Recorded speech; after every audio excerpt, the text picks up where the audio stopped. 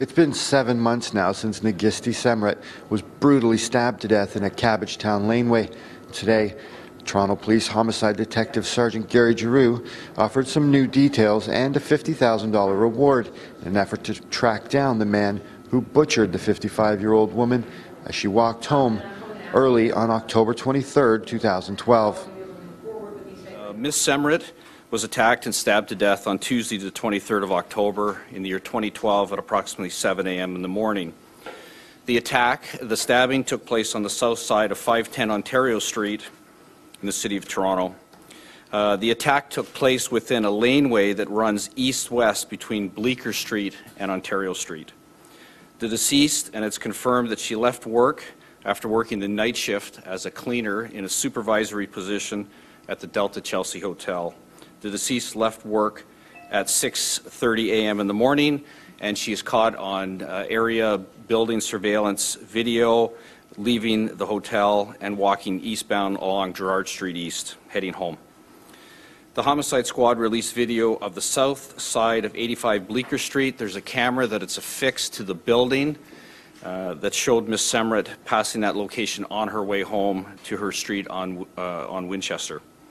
The video shows the offender walking behind the deceased, and it also shows the same offender running past the camera after the attack.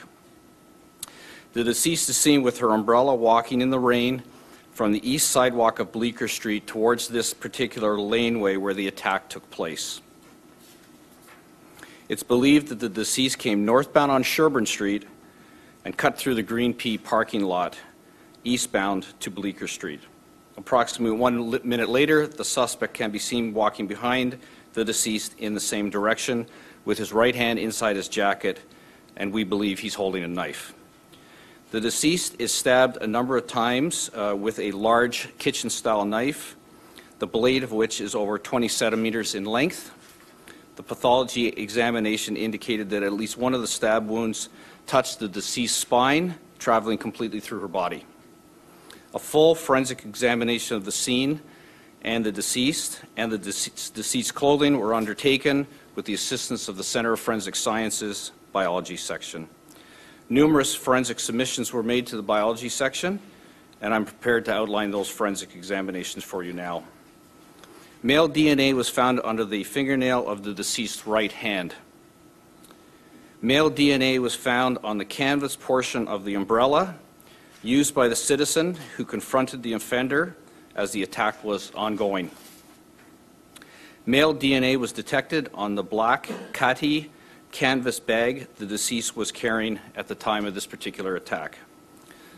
Those male genetic DNA profiles are all from the same individual, in other words, the offender. The offender is bleeding. I believe the deceased scratched the offender during the attack, in which she was able to gather the offender's DNA under the fingernails of her right hand. In addition, I believe that the offender wounded himself during the attack with the knife that he was carrying. Oftentimes, during attacks of this nature, offenders will injure themselves based on the rain in this particular occasion and the amount of blood that's flowing from the victim's injuries. The wound may or may not have been medically treated. The homicide squad have been transparent with their investigation and their investigative decisions to this point in an interest of drawing the community into the process of helping the police determine what happened to the victim and identify the suspect responsible. The homicide squad is again asking the community in this particular area to think back in relation to the time of this particular attack about an individual that may have had a hand or arm wound that may or may not have been medically treated. The homicide squad is asking for the public to contact the police with information on an individual that had such an injury at the time of this particular incident. In addition, the Toronto Police Service is offering a $50,000 reward in relation to information that leads to the arrest and conviction of the individual responsible for the murder of Nagisti Semret. Now, if you have any information on this killing, or you remember a white man around or after October 23rd having a cut hand, please call the Homicide Unit at 416-808-7400 or Crime Stoppers at 416-222-TIPS. For the Toronto Sun, I'm Chris Doucette.